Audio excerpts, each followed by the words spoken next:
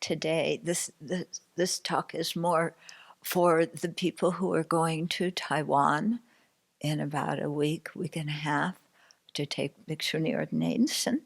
So I had thought I should give a little bit of a practical thing about do's and don'ts and stuff like that. Okay. So the first thing is, remember that you are there to learn. Okay. Have that mind of I am here to learn. And with that mind, then learn from everything that happens, not only the talks and teachings you receive, but the training, the way things are done, the way people speak, just the way the temple is constructed. There's so many things to learn, and so have that mind that you're there to learn. And I say that because it's easy sometimes, at least for people like me, to forget that and become very occupied with how I would change the place and make it better. Yeah? Yeah, I go to visit another monastery. I enjoy it, I learn, but gee, you know, they dump their, I was at one monastery, they dumped their garbage behind this building. They really shouldn't do that, you know. And my big thing when I was in Taiwan for the ordination was, because they had over 500 people, and to get us into the teaching room, we had to first file into the prayer hall, and then from the prayer hall into the teaching room. And I could design a more efficient way to do it, you know, and I just really thought they should do it my way. Of course, nobody wanted to hear my way. And in any case, I didn't speak Chinese, so I couldn't tell them. But it dawned on me, you know, partway through my daily frustration with having to take so long to get into the teaching room, that actually I was there to learn. And, you know, just be quiet and do what I'm there to do instead of putting my opinions into everything. Because it's very important to remember that when you're there, that this is a cross-cultural event. Okay, you are not in your typical Western culture. And so the language is different, the manners are different, the way of speaking is different. And so don't expect everything to be what you're used to, okay? And so, especially because you're there to learn, and in the Chinese monastic system, you know, your decor, your behavior of body, speech is quite important because it really gives as Lama Yeshe would say, it gives a visualization to the lay people who, you know, can respond to Dharma when they see refined monastics, and, you know, it gives them faith and so on. So, you know, learn what you can, and learn how things are done there. And people will correct you. Okay. Now, we don't like being corrected, do we? Yeah. But you will get corrected because you are there to learn, and they want to make you into a respectable monastic. Yeah, in other words, somebody who acts properly and who gives that good visualization to society, not somebody who's off the wall and crazy and, you know, doing and saying whatever. Okay, so I'll give you two tips, two things that they constantly corrected me on. Okay, one was my collar. Okay, so when you put on the robes, and there are several layers of robes to wear, check your collar and make sure it's nice. The second thing is how you hold your hands, okay? So your palm, we always put our thumbs in. They have their hands flat, yeah? And it's up, and it's like this. It's not like this. It's not like this. Some people here have their hands like this. It's not like that. It's like this, okay? And so you need to have your hands like that, and your eyes are, in general, looking down. You know, when you're walking places in file, in lines, yeah, you're not walking in lines looking at the people on the side. You're not waving to all the lay people there. You know, your eyes are down, and you're focused. Yeah, you're focused, and you're often chanting when you're walking from place to place. Yeah, so don't have, you know, like this. And in the prayer hall, when there's instructions going on, you know, don't be cranking your head at just looking at everything. When they explain, of course, look at it, okay? But you know, you don't have to check on what everybody is doing and check, am I doing it right, constantly looking at this person or that person to give you a nod or whatever, yeah? Learn to fold your robes properly, okay? I was able to during my ordination, but now I have graduated to not being able to do it. So Venerable here does it, thank goodness. Okay. And because they will teach you how to walk, there's a certain way you put on your clothes. Yeah. There's a certain way, there's different clothes that you wear for different situations. Be on time.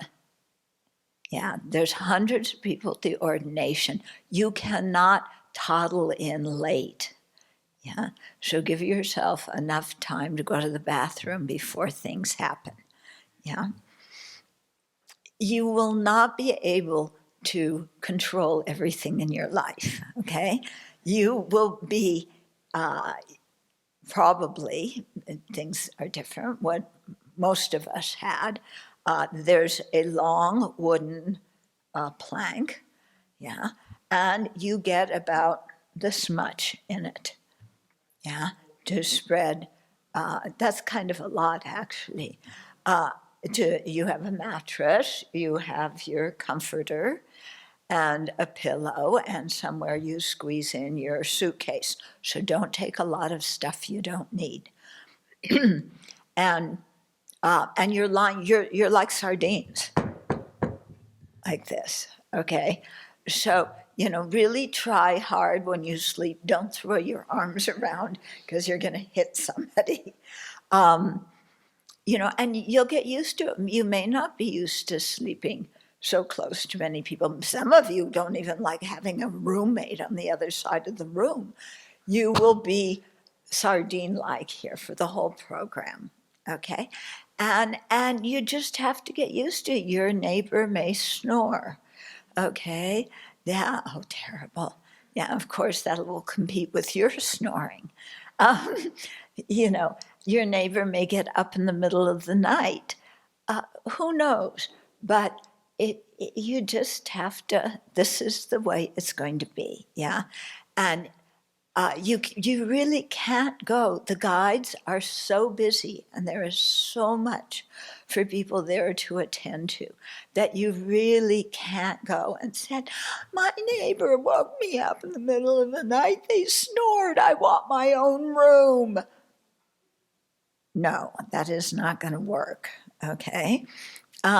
You know our song, that you're a prima donna at the Abbey? Yeah, you can't be a prima donna during that program. Forget it. Yeah. Because you will get scolded. And if it's silent time, be silent. You know, don't talk, because, you know, they'll call you out for it. You can't say, you know, I want gluten-free food. I want dairy-free food. No, they give you food and you eat that. Yeah. And at my ordination, they gave us a plate starting out with everything in it, whether we liked it or not. At your ordination, did they give you a plate that already had food, or did they serve each dish one at a time? There was already a plate, yeah. So I think, yeah, on my plate, breakfast time, pickles. I can't stand pickles. Yeah, I don't care breakfast, what time it is. I had to eat pickles, you know. When they come through, if you want more, then you learn ways of saying yes or no, or, you know, you don't go, yes, give me a lot of that one, but take out the tomatoes and give me lots of string beans. You can't do that. Okay. What else? Let's see. The people are incredibly kind. Yeah. Your guides will probably tell you off a few times. I don't know if this one particular guide will be there at this upcoming ordination, but last time he was nicknamed Venerable Stomachache because during lunch he would scream at everybody. You're doing this wrong, you're doing that wrong, and we're here to train you, and if you guys are sloppy, we're gonna get, blamed, and you better behave, and, this is during lunch, okay? So, so it was actually one of the Bhikshuni guides who nicknamed him Venerable Stomachache. So you will have talks and lectures during lunch. You will get scolded during lunch. Okay, learn by observing. Yeah, watch what people do. Now, I just told you don't go looking around. So how do you do that? Yeah, well, if your eyes are more or less down, if you're standing in line, and your eyes are more or less in front of you, you can go like this. Okay, what's that person doing? I got to copy what they're doing. Or what's that one doing? I better copy what they're doing. Yeah? So you can do that, but don't go look at them like this. Okay? Keep your composure. You just look out of the side of your eyes. Yeah. If you don't understand what's happening during a session, afterwards ask. Yeah, this is what I had to do because I didn't have translation for the first 2 weeks. So I just went and what are they doing? What are they doing? I'm going to do that too. Yeah, and then in the break time, sometimes people would explain to me what we were doing. So, yeah. Learn by observing. Do your best. But if everything isn't crystal clear to you about what to do or what something means, just calm down. Do the best you can. This is not a situation of where you have to think success and failure. Am I going to be a success? Am I going to be, in the line? Am I doing it properly? What are they going to say to venerable children afterwards about me? Am I going to go back to the Abbey and get in trouble? No, do not put this usual way of thinking into your mind. It's useless. It's not at all helpful, and that's not what's happening. Everybody there is there to help you. Yeah. And, they help you through kindness and they help you through scolding. And so just learn and do everything your best. They know you're NGs, you're going to make some mistakes. But that's okay. Yeah. And yeah. What else? Okay. Yeah, because what's important, I'm looking at like the little details of things, but what's most important during the whole program is your motivation. So just take care of your motivation and really contemplate why you want to get out of samsara and why you want to help all other sentient beings do that as well. Yeah, and keep your motivation strong, because your motivation is what will help you get through the difficulties.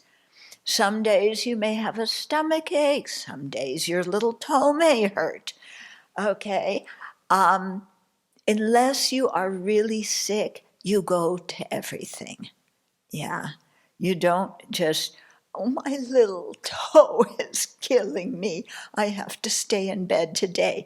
Actually, I'm exhausted and I want to sleep more and I need to be alone, so I'm making this excuse. Please believe it. No. You what? Yes, they will. Yeah, they will. So, unless you're really sick, and they will have Chinese doctors there, they can take you down to see the Chinese doctor. Um, go to everything. You will make it. Yeah, if you really want to become a bhikshuni and you really want to hold these precepts, you will make it through the program, and you'll be happy and delightful to do it. If your motivation is not that strong and you're more interested in being comfortable, yeah, then and you complain and ask for special things, it will only make it hard for future Westerners to go and receive the ordination there. Venerable Sumton had that experience. The person who went the year prior to her was what do you call it, a prima donna at their abbey, and asked for this and that and the other thing. Then the next year, when Venerable Sumton went, the translator or the guide was the same person who dealt with the other person the previous year, and she gave Venerable Sumton a hard time because she was expecting all Westerners to be like that. Yeah. And also, we have to remember, it's really, it's for the people hosting the ordination, it's a stretch to have foreigners there, because we don't speak Chinese, we don't know the culture, we don't know the manners, and so on. And so it takes them extra time, extra effort, and so on, because they really do their best to make everything run well. So, so don't make it hard for people who come after you by being a prima donna, okay? Yeah, so really keep your motivation strong, because if you have a strong motivation, then one day, you're tired, you go anyway, yeah? And you will get a lot of energy because you remember, oh, we're rehearsing for the ordination. Yeah, we're bowing to the Buddha, whatever it is. If you look at what you're doing as something that's actually, you're enacting your motivation, you're accumulating merit, you're purifying, you're learning the Dharma for the benefit of sentient beings. With that motivation, then everything, nothing will be that problematic for you. Yeah. And now, the most important thing. Can you bring me some chopsticks? So I am not the expert on chopstick holding, but I can give you a few tips. Because when I went, the first night I was there, I couldn't go for medicine meal because I didn't know how to hold the chopsticks properly. Okay, and also when you're there, there's a whole procedure for your plates. You have plates here, and this one goes there, and that one goes there. And you always have to remember to push your sleeve back. Your sleeves are like enormous. They will drag in sauces over everything, so you have to be quite careful and always push your sleeve back when you're reaching for something. Oh, and most of the time you will have food, you will be sitting in lines eating. But when you visit some of the monasteries afterwards, you may be eating around a table. If there are chopsticks in the center, what do you say, lazy Susan, you use those chopsticks to pick out the food you want. You put it in your dish, then you use your own chopsticks to eat. So don't use your chopsticks on the stuff in the middle. Yeah, okay. Look, there's some things we learn through experience and we remember. Yeah, that's one of them. Okay, so chopsticks, when I first went, because the only experience I had was with Chinese restaurants as a child. So I thought you held chopsticks like this, very close to the points. No, you hold chopsticks back like this. And I say this because I see many people here holding them close. We feel like I have more control and it won't fall off if my fingers are closer.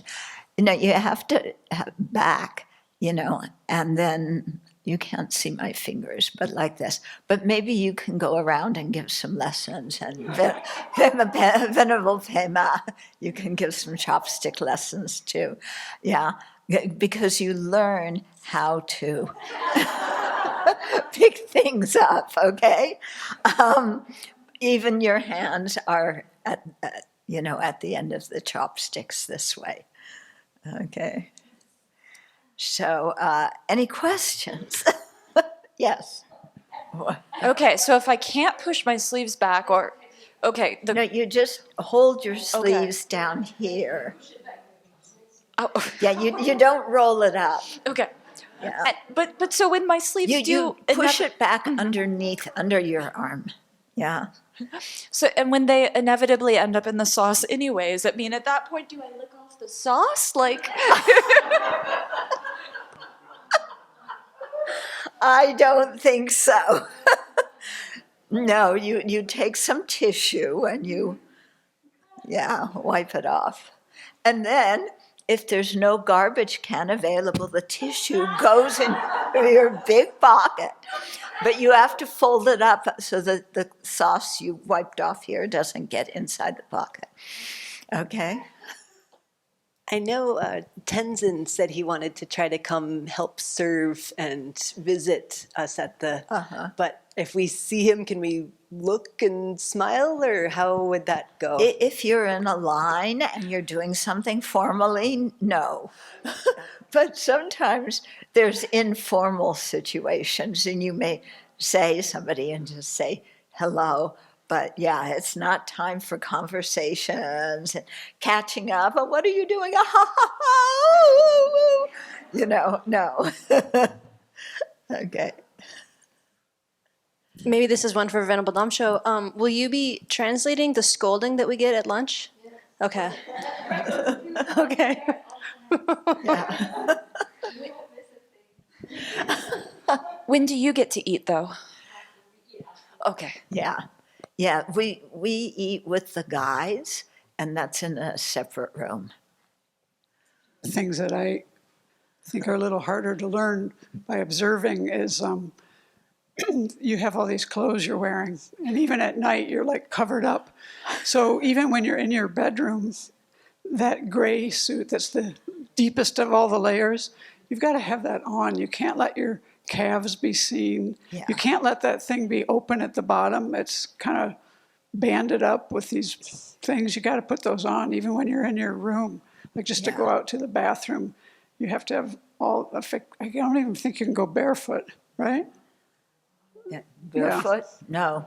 Yeah, and that, You so, won't wanna and then the other thing is when you get served food, you really have to know how to, those signals for, or else they'll keep giving you food. You've got to learn that.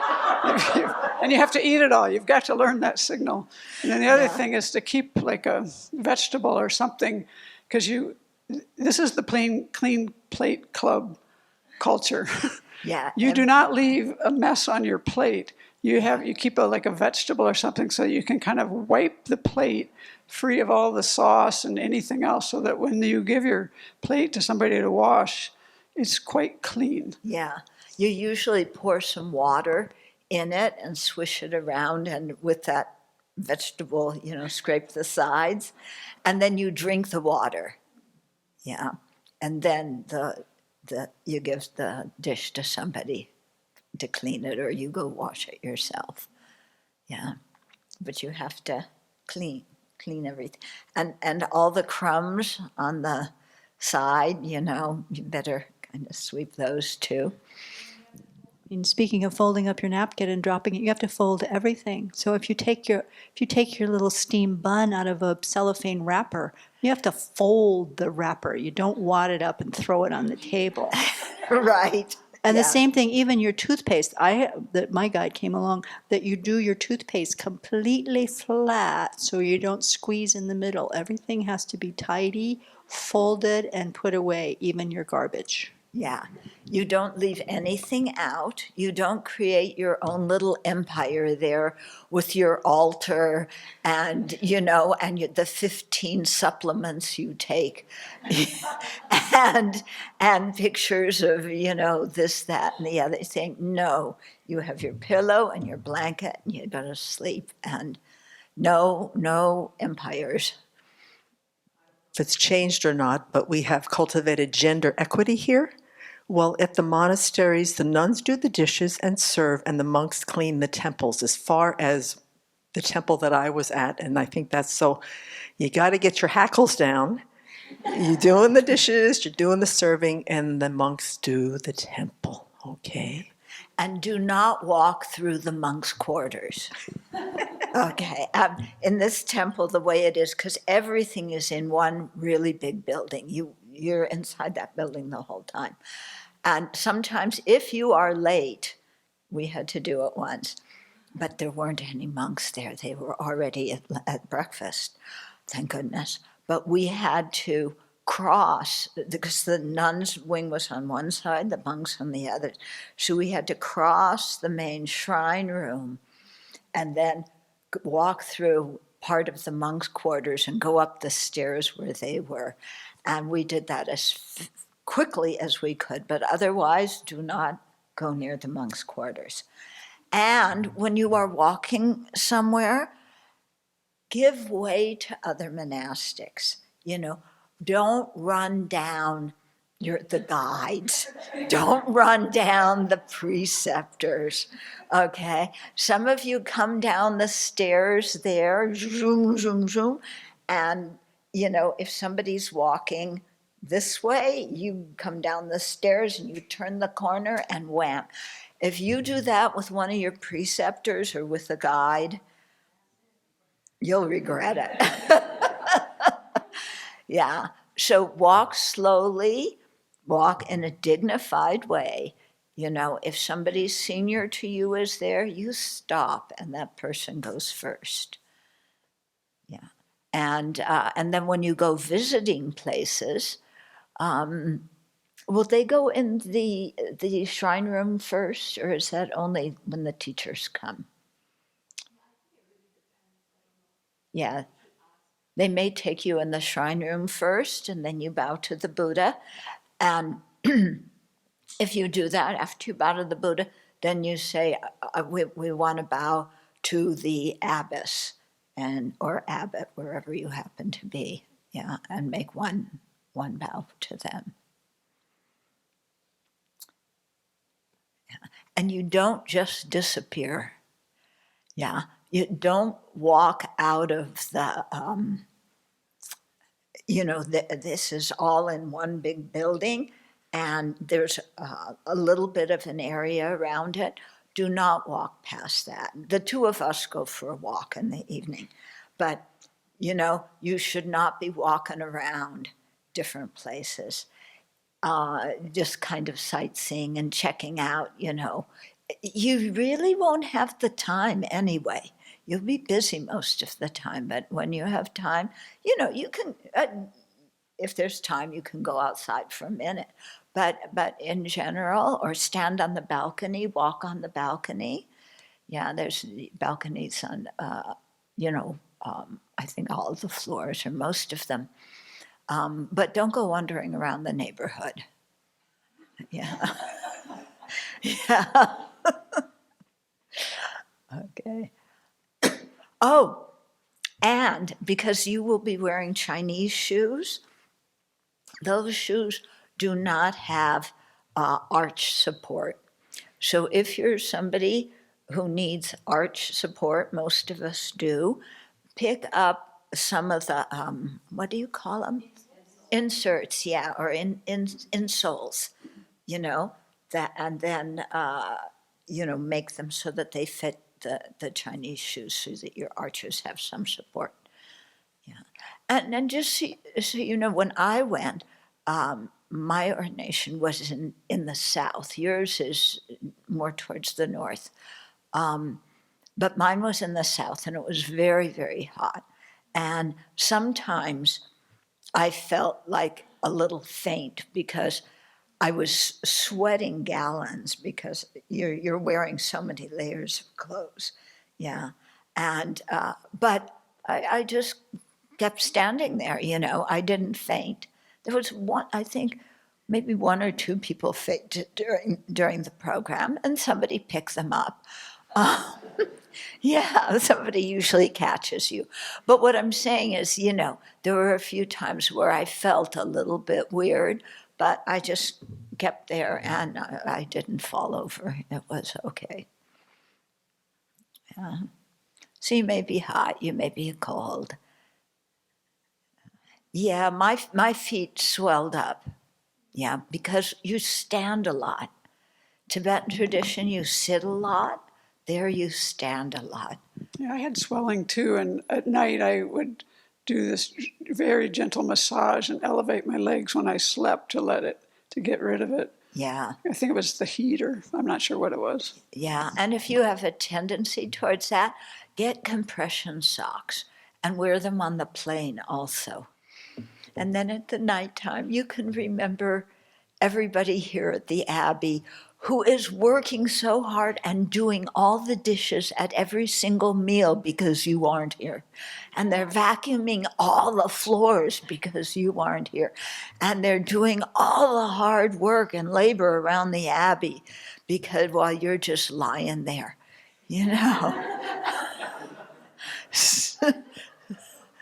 So think of everybody here and be grateful for their support. The guides work so hard because they have meetings often in the evening, and it's amazing what they do. Yeah, they're still running their own temple. Yeah, and sometimes they have to go back for a couple of days to their own temple and then come back. The people who give the ordination, the preceptors and so on, they usually come the last few days. They're not there for the whole program, except